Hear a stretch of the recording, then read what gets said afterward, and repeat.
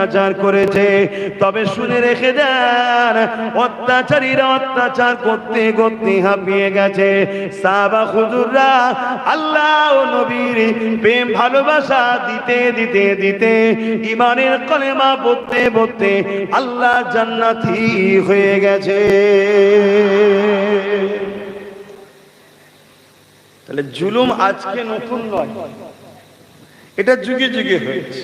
আজকে দেখুন না, পুরো দুনিয়াতে জুলুম হচ্ছে না হয়নি? ওই প্যালেস্টাইনবাসীতে, আমেরিকাতে, চীনেতে, ফ্রান্সে, আজকে আমার দেশে তো জুলুম হচ্ছে না হয়নি বলুন? আরে হ্যাঁ কি না বলুন? না সত্য কথা বলতে ভয় লাগছে, যদি ধরে নিয়ে যায়। দুনিয়ায় ধরা পড়ার যদি ভয় খান, তাহলে আখেরাতে ধরা পড়বেন। দুনিয়ায় যদি ধরা পড়ার ভয়েতে সত্য ছেড়ে দেন, তাহলে আখেরাতে ধরা পড়তে হবে।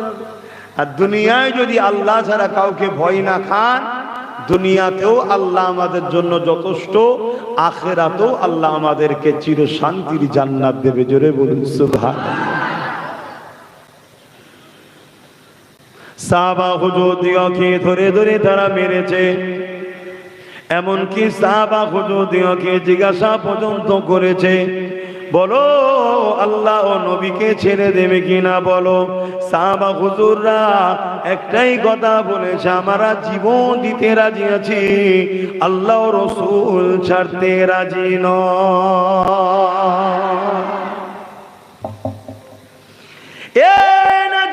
তরুণেরা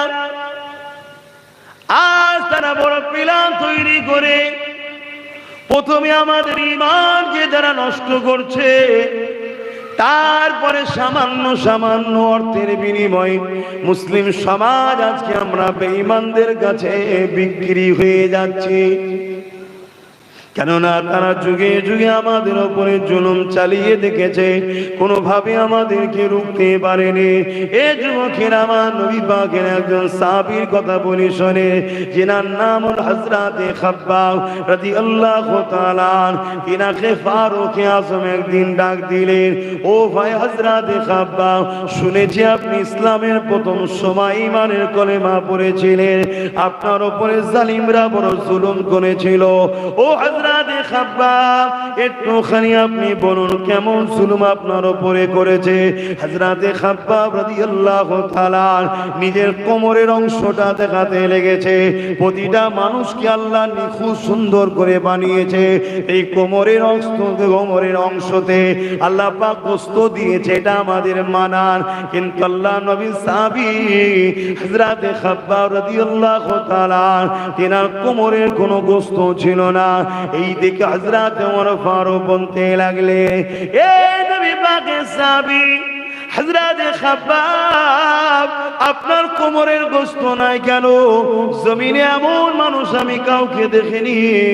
হযরতে খাব্বাব রাদিয়াল্লাহু তাআলা বলেছিলেন, ভাই ওমর, আল্লাহ পাক আমাকে কোমরের সুন্দর গোশত দিয়েছিল, কিন্তু আমি আল্লাহকে আল্লাহ বলার জন্য, নবী মুহাম্মদ রাসূলকে রাসূল বলে মেনে নেওয়ার জন্য, ইনসাফের পক্ষে দাঁড়ানোর জন্য, ইনসানিয়াতের পক্ষে দাঁড়ানোর জন্য, সত্যের পক্ষে দাঁড়ানোর জন্য, মানবতার পক্ষে দাঁড়ানোর জন্য, গরিবের পক্ষে দাঁড়ানোর জন্য, এক কথায় আল্লাহ নবীর দেখানো রাস্তায় চলার জন্য জালিমরা আমাকে ধরে নিয়ে গিয়ে আগুন তৈরি করেছে, কাঠ দিয়ে আগুন জ্বালিয়েছে।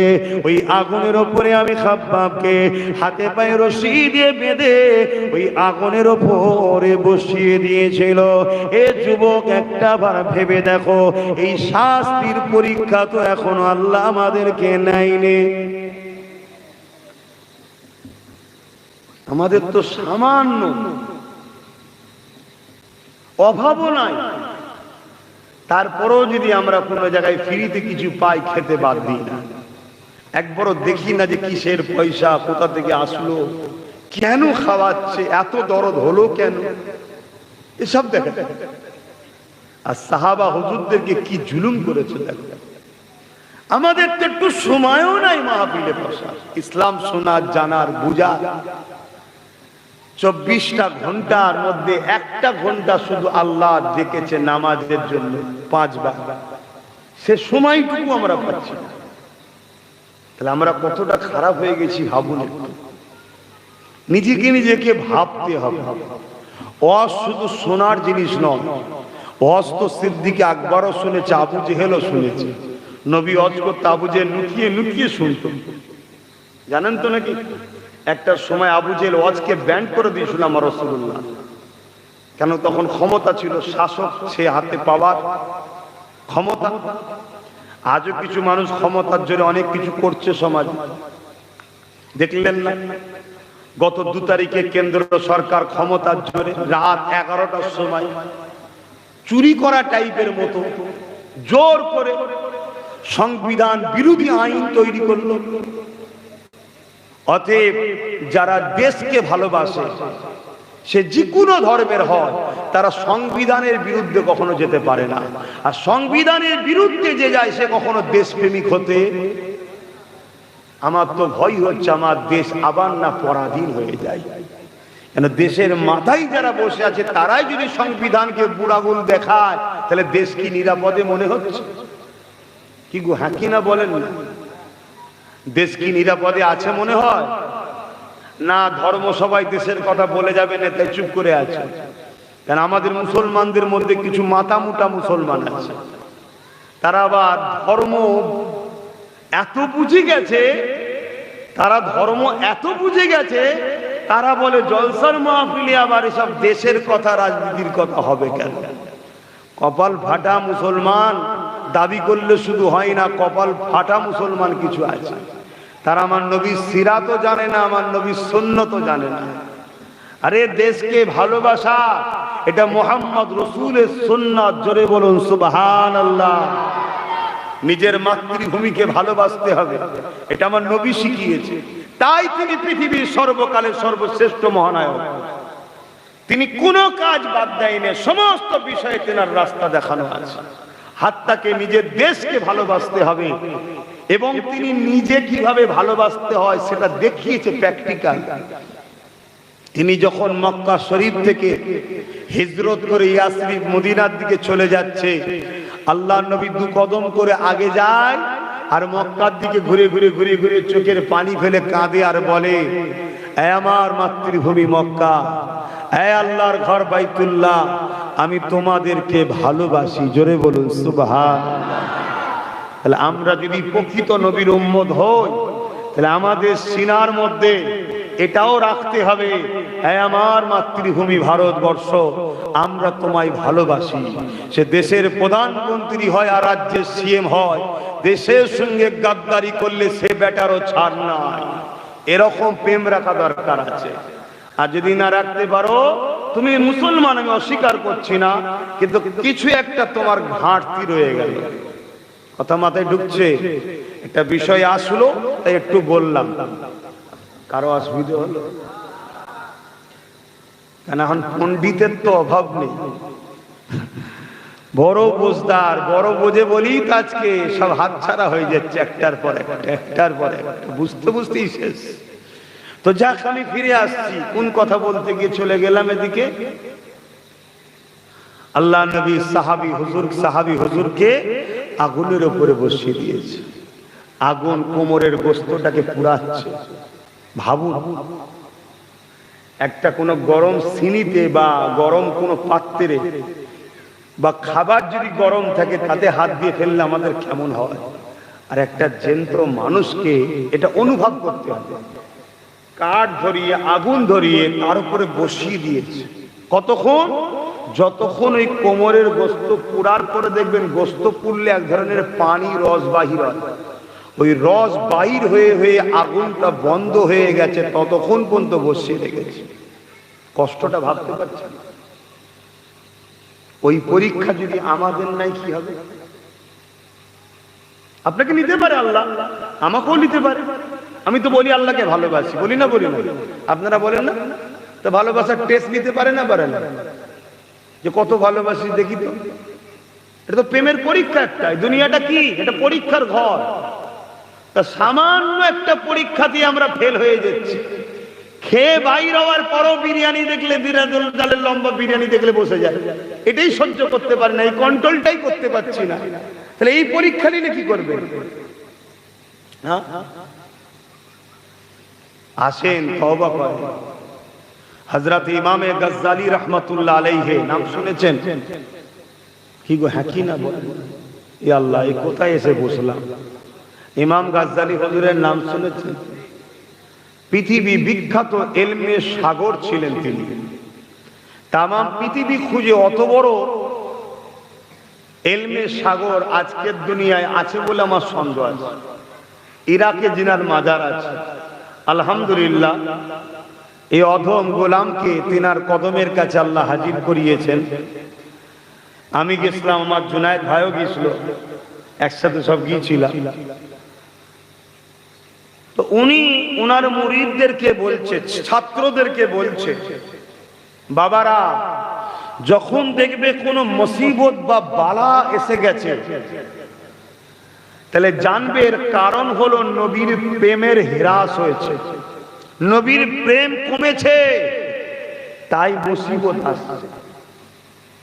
সমাজে আজকে দেখুন বালা মুসিবতে আমরা জড়াচ্ছি না জড়াইনি, সে সংসার জীবনে হোক, রাষ্ট্রীয় জীবনে হোক, বিজনেস ব্যবসার জীবনে হোক, চারিদিক থেকে দেখুন আমরা বিভিন্ন পেরেশানের মধ্যে আছি। এটা একটা বালা।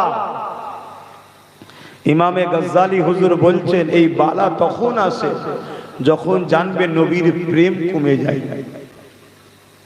তাহলে বালা আসার কারণ কি? নবীর প্রেম বলুন বলুন কমে যায়। আর আপনারা খেয়াল করে দেখবেন এই সমাজে লাখো লাখো জলসা হচ্ছে, নবীর প্রেমের কিন্তু আলোচনা নাই, নবীর আদবের আলোচনা নাই। বড় দুঃখ ভাই, যেটা আমাদের মূল ঈমান যাকে বলা হয় সেই আলোচনাটাই নাই।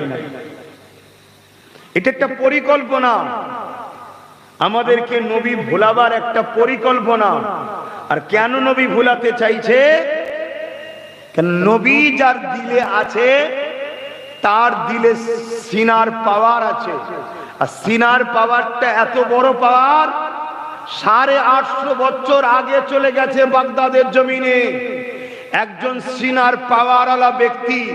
850 বছর পরেতে ওই বাগদাদে যখন আসমান থেকে বড় বড় মিসাইল গুলো ফেলছিল আমেরিকা, একটাও ফাটেনি। কেন? এখানে নবীর প্রেমিক রয়েছে, তিনি হলেন গৌসুল আজম বড় পীর। জোরে বলুন সুবহানাল্লাহ, আরো জোরে বলুন সুবহানাল্লাহ। লাস্টে তারা বাধ্য হয়ে নিচুই নেমেছে, ম্যান টু ম্যান গুলি করে করে লড়াই করেছে। সিনার পাওয়ারের ফজিলত এত, আজকে আমাদের সিনার পাওয়ার করব, নবীর প্রেম করব। হযরত ইমামে গজ্জালী হুজুরকে জিজ্ঞাসা করা হলো, ও হযরত ইমামে গজ্জালী রাহমাতুল্লাহ আলাইহি, এই সিনার পাওয়ার বা নবীর প্রেম যখন কমে গেছে, এই পাওয়ারটাকে কি করে বাড়ানো যাবে? ইমামে গজ্জালী রাহমাতুল্লাহ আলাইহি বললেন, নবীর প্রেম সিনার পাওয়ার বাড়াতে গেলে তোমাকে বেশি বেশি করে দুটো কাজ করতে হবে। প্রথম নম্বর কাজ হলো তুমি নবীর জীবনী বেশি বেশি করে পড়ো। কারণ নবীর জীবনী যখন পড়বে, নবী পাকের উপরে তোমার প্রেম বাড়বে। নবীর সমাজ ব্যবস্থা, নবীর অর্থনীতি, সমাজনীতি, নবীর পরিবার নীতি, এডুকেশন নীতি, নবীর রাজনীতি, নবীর ধর্মনীতি, নবীর টোটাল লাইফ স্টাইলটা যখন তুমি পড়বে, তোমার নবীর উপরে প্রেম, ভক্তি, ভালোবাসা বাড়বে। এ যুবকেরা, তরুণেরা, বাপেরা, তুমি আমি তো কলেমার ঘরের সন্তান। আজকে পশ্চিমা দুনিয়া, হতে পারে আমেরিকা, ব্রিটেন, ফ্রান্স, তারা আমার নবী পাকের জীবনী পড়তে লেগেছে। তারা জন্মসূত্রে খ্রিস্টান ঘরের ছেলে, কিন্তু আমার নবী পাকের জন্ম জীবনী পড়তে পড়তে পড়তে তারা আমার নবী পাকের প্রেমিক হয়ে ঈমানের কালেমা পড়ে আমার নবীর উম্মাত উম্মতি হয়ে যাচ্ছে। তারা অমুসলিম ঘরে জন্ম হয়ে যদি নবীর জীবনী পড়ে নবীর প্রেমিক হয়, কলেমা পড়ছে, তাহলে আমরা নবীর উম্মতের ঘরে, ইমানদারের ঘরে জন্ম নিয়েছি। আমাদের মধ্যে যদি নবীর জীবনী পড়ার চর্চা থাকে তাহলে আমাদের মধ্যে প্রেম বাড়বে না বাড়বে না? কিন্তু আজ বড় প্ল্যান করে আমাদের কাছ থেকে নবীকে সরানো হচ্ছে। ইমাম গাজ্জালী রাহমাতুল্লাহ আলাইহি বলেন, দ্বিতীয় নম্বর কাজ হলো তোমরা নবী পাকের উপরে বেশি বেশি দরুদ পড়ো। কারণ নবী আমার জানিয়েছে, আমার উপরে যে যত বেশি দরুদ পড়ে সে আমাকে তত বেশি ভালোবাসে, সে আমার তত বেশি কাছে। কিয়ামতের কঠিন দিনে আমি রাসূলুল্লাহ আমার শাফাআত তারা পাবে।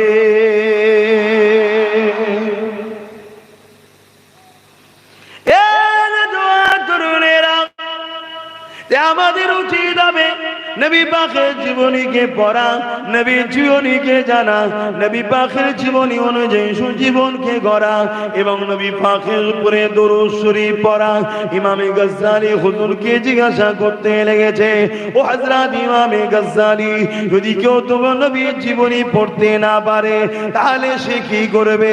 ইমামে গাজ্জালী হুজুর বলতে লেগেছে, ওই সকল মানুষের সোহবতে উঠা বসা করবে, ওই সকল মানুষের মাহফিলে যাবে, ওই সকল মানুষের কাছে উঠা বসা করবে যাদের কাছে গেলে তারা নবী পাকের জীবনী শোনাতে থাকবে। তাদের কাছে গিয়ে বসো, তাহলে এতে তোমার নবীর জীবনী জানা হয়ে যাবে। তাই আজকে আপনাদেরকে জানিয়ে দিয়ে যায়, আমাদের জন্য আল্লাহ নবীকে ঈমান বানিয়েছে। নবী পাকের মহব্বত ভালোবাসা যা দিলে যত আছে, তার ঈমান তত মজবুত আছে। যার ঈমান মজবুত আছে, দুনিয়া আখিরাতে কল্যাণ আল্লাহ তার জন্য রেখেছে।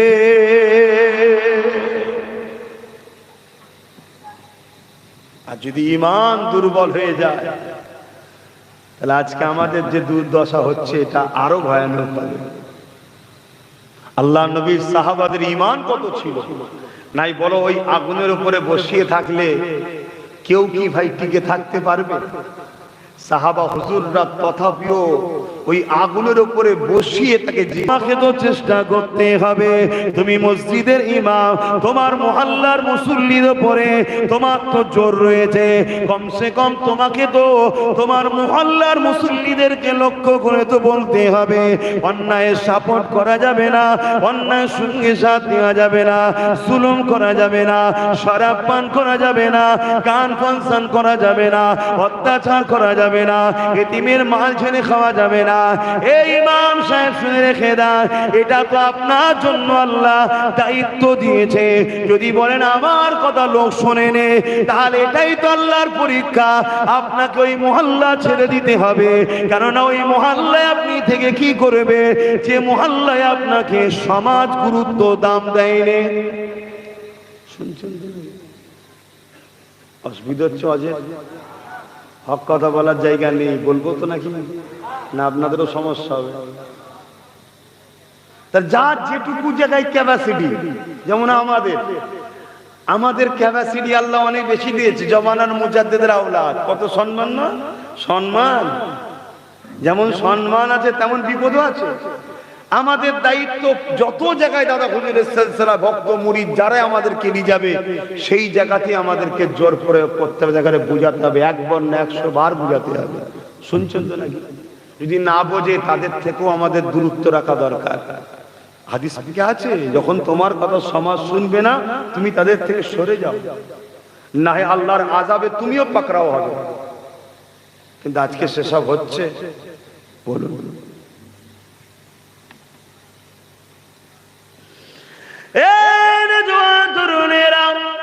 ইসলামকে তো আমরা কুক্ষিগত করে ফেললাম। আমরা তো ইসলাম বলতে নামাজ রোজা দাড়ি টুপি বুঝতে পারলাম, কিন্তু মনে রাখবেন না এগুলো অনেক পরের বিষয়। ইসলামের প্রথম কাজ হলো সাক্ষী দেওয়া লা ইলাহা ইল্লাল্লাহ মুহাম্মাদুর রাসূলুল্লাহ। তারপরেরই হলো ডিউটি, তুমি চাকরি পেয়ে গেলে এবারে পরের ডিউটি হলো আল্লাহর জমিনের উপরে অন্যায়কে মিটিয়ে শান্তি প্রতিষ্ঠিত করা। নামাজ তো ব্যক্তি জীবনের ইবাদত, রোজা তো ব্যক্তি জীবনের ইবাদত। এই আমার মুখে দাঁড়িয়ে আছে সমাজের কি লাগায়? আমার মাথায় টুপি আছে, সমাজের কি উপকার আছে? আমার মাথার টুপিতে গরিবের পেটে ভাত হয়ে যাবে? আমার দাড়িতে সমাজের চুরি বন্ধ হয়ে যাবে? আমি নামাজ পড়েছি, যারা বেনামাজি ওরা কি বলে সমাজে উপকৃত হবে? তো সমাজকে কি দিলে? একটা হলো সমাজকে নিয়ে ইসলাম, আর একটা হলো ব্যক্তি জীবনের ইসলাম। আমি দাঁড়িয়ে রেখেছি আমার ব্যক্তি জীবনের জন্য ভালো, আমি টুপি পরেছি আমার ব্যক্তি জীবনের জন্য ভালো, আমি হজ করেছি আমার ব্যক্তি জীবনের জন্য কল্যাণ, কিন্তু আমি সমাজের জন্য কি কল্যাণ করলাম? এটা হলো ইসলামের প্রথম কাজ। আমি বুঝাতে পারছি তো নাকি? না অসুবিধা হচ্ছে আপনাদের?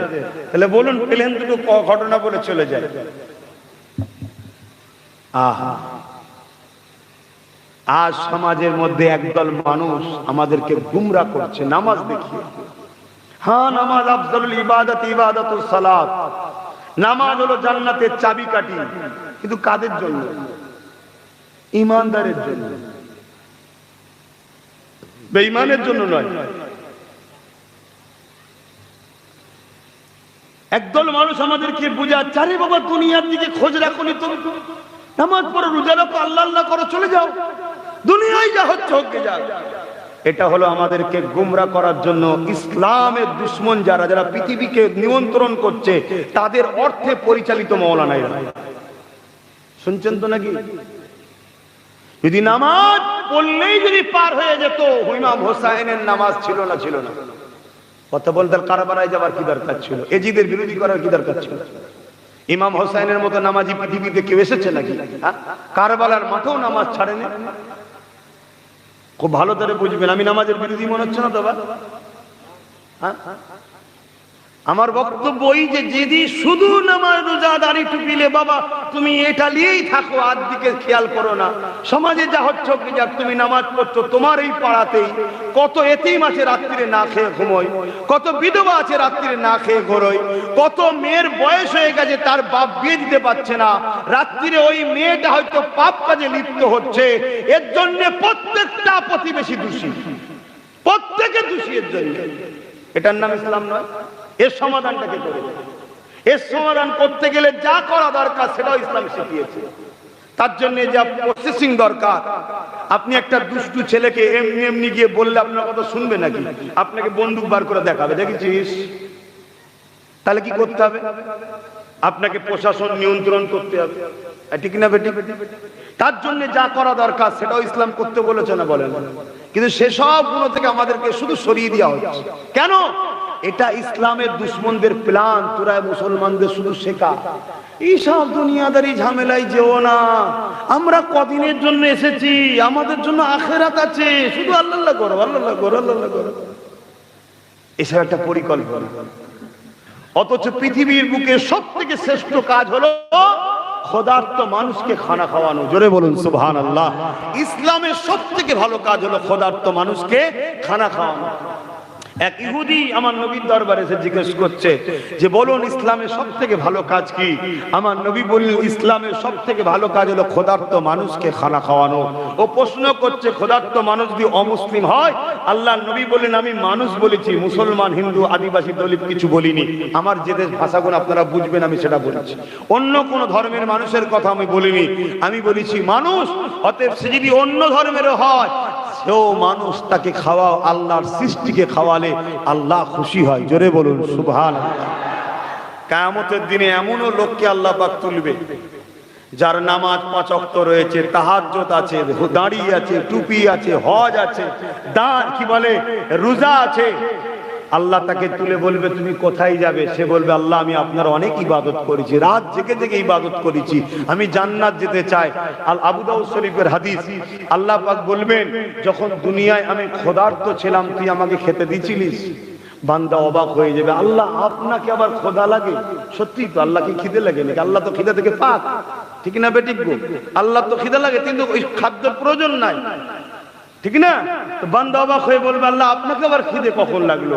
আল্লাহ বললো বান্দারে কেন তোর গ্রামের এতিমগুলো ওটা কি আমার নয়? ওদেরকে দিলে আমি আল্লাহ আমাকেই দেয়া হতো। জোরে বলুন সুবহানাল্লাহ। যা, তুই যখন আমার বান্দাকে দিস আমি তোকে জান্নাত দেবো না, যা জাহান্নামে যা। ওর নামাজ রোজা দাড়ি টুপি সব বেকার হয়ে গেল। তাহলে কি বুঝছেন ভাই? তাহলে নামাজ রোজা ছেড়ে দিতে বলছে? কথা বলেন, ছেড়ে দিতে বললাম না, ওটা করতেই তো হবে। ওর পাশাপাশি সমাজ আজকে ধ্বংসের দিকে, গরিব আজকে বিপদ, গরিব দিনকে দিন বেড়েই যাচ্ছে। আর এই অসহায় গরিবদের একটা হাই বদদুয়া আছে না, না সেই বদদুয়ার শিকার আমরা হচ্ছি। ওটাকে খেয়াল করতে হবে না? আল্লাহ নবী সব বিষয়টা আমাদের ঘরে শিখিয়েছে না শিখাইনি গো? বাপেরা, নজওয়ান তরুণেরা, এ নবী পাকের প্রেমিকেরা, আমার নবী পাক আমাদের ঘরে প্রত্যেকটা বিষয় শিখিয়েছে। এই আল্লাহ পাক কোরআনের মধ্যে জানিয়ে দিলে, লাকাদ কানা লাকুম ফি রাসূলিল্লাহি উসওয়াতুন হাসানা। এ দুনিয়া মানুষেরা, তোমাদের জন্য আমি আল্লাহ আমার রাসূলুল্লাহকে মডেল করে পাঠিয়ে দিলাম। তোমরা নামাজ পড়বে, আমার নবীকে দেখো, রোজা রাখবে, আমার নবীকে দেখো, হজ করবে, আমার নবীকে দেখো, জান খায়রাত করবে, আমার নবীকে দেখো, সংসার করবে, আমার নবীকে দেখো, নিজেদের কন্যাদের বিবাহ দেবে, নবীকে দেখো। এক কথায় তোমাদের ধর্মনীতি আমার নবী যেভাবে করেছে এইভাবে হবে। তোমাদের অর্থনীতি, ব্যবসা কারবার আমার নবী যেভাবে করেছো এইভাবে করো। তোমাদের সমাজনীতি আমার নবী যেভাবে করেছো এইভাবে করো। আমার নবী হলো তোমাদের জন্য মডেল। তোমাদের লাইফে প্রতিটা কাজ আমার নবীর অনুসরণ করে করো। এ যুবকেরা, তোমাদের ধর্মনীতি, তোমাদের সমাজনীতি, তোমাদের এডুকেশন নীতি, তোমাদের সংসার নীতি, এমনকি মন দিয়ে শোনেন, তোমাদের রাজনীতিটাও আমার রাসূলুল্লাহ যেভাবে করেছে ওইভাবে করতে হবে। হতে পারে তুমি আমেরিকায় থাকো তো কি হয়েছে, হতে পারে তুমি ব্রিটেনে থাকো তো কি হয়েছে, হতে পারে তুমি জাপানে থাকো তো কি হয়েছে, হতে পারো তুমি হিন্দুস্তানে থাকো তো কি হয়েছে। এই হিন্দুস্তানে যদি সবাই সবার নেতাকে মেনে চলতে পারে, কেন তুমি আমি মুহাম্মদ রাসূলকে মানতে পারবো না? নামাজের বেলায় নবী লোবো, কারবারের বেলায় নবীর দুশমনকে লোবো, রোজার বেলায় নবীকে লোবো, রাজনীতির বেলায় নবীর দুশমনকে লোবো। একেই বলা হয় মুনাফিক। আমি হয়তো বুঝাতে পারছি কি জানি না, হ্যাঁ একেই বলা হয় মুনাফিক। সুবিধাবাদী একে বলা হয়, দুটো লেবে রাসূল থেকে আর চারটে লেবে নবীর দুশমন থেকে। এর মাননেওয়ালাকে ইসলামের অনুসারী বলা হয় না। ওর নেতা, ওর পছন্দ, ওর অনুসারী ওর কাছে সবারটা যদি ভারতবর্ষে চলতে পারে, সর্বকালের সর্বশ্রেষ্ঠ লিডার, সর্বকালের সর্বশ্রেষ্ঠ নেতা, সর্বকালের সর্বশ্রেষ্ঠ সাইন্সা চিনার মতো আসেনি আর আসবে না, সেই মুহাম্মদ রাসূল কেন চলবে না? এটা তো আমাদের দুর্বল, আর আমাদেরকে দুর্বল করেছে তথাকথিত আমাদের উলামারা, তথাকথিত আমাদের পীর দাবিদাররা, তথাকথিত আমাদের পীরজাদা দাবিদাররা, যারা আমাদেরকে দুর্বল করে দিচ্ছে, যারা আমাদেরকে ভাবাচ্ছে কি করা যাবে, ওদের বেশি আমাদের কম, ওদের বেশি তো কি হয়েছে, আমরা কম তো কি হয়েছে। না ওকে লুটতে যাব, না ওকে লুটার জন্য সুযোগ দেব। ও ওর মতো চলবে, আমি আমার মতো চলবো। ও ওর নেতাকে অনুসরণ করবে, আমরা মুহাম্মদ রাসূলকে মেনে চলবো। আরো জোরে বলুন সুবহান। ইয়া রাসূলুল্লাহ, আল্লাহ, আমি কি বোঝাচ্ছি বুঝছেন তো? আমাদেরকে বহুত গুমরা করা হয়েছে। 100 বছরের পরিকল্পনা এটা, 100 বছরের পরিকল্পনা। সেই পরিকল্পনা আজকে এবার ওরা একটা একটা করে বাস্তবায়ন করছে। আর ঠিক দেখবেন এই সকল গাদ্দারগুলোর সঙ্গে ওই সকল বেঈমান নেতাদের সব যোগাযোগ একসাথে দেখা যাবে। সব কথা মাথায় বুঝছেন না, বোঝেন? এরা আমাদেরকে আগাতে দেবে না। যখনই আগাতে যাবে, আরে কি করা যাবে,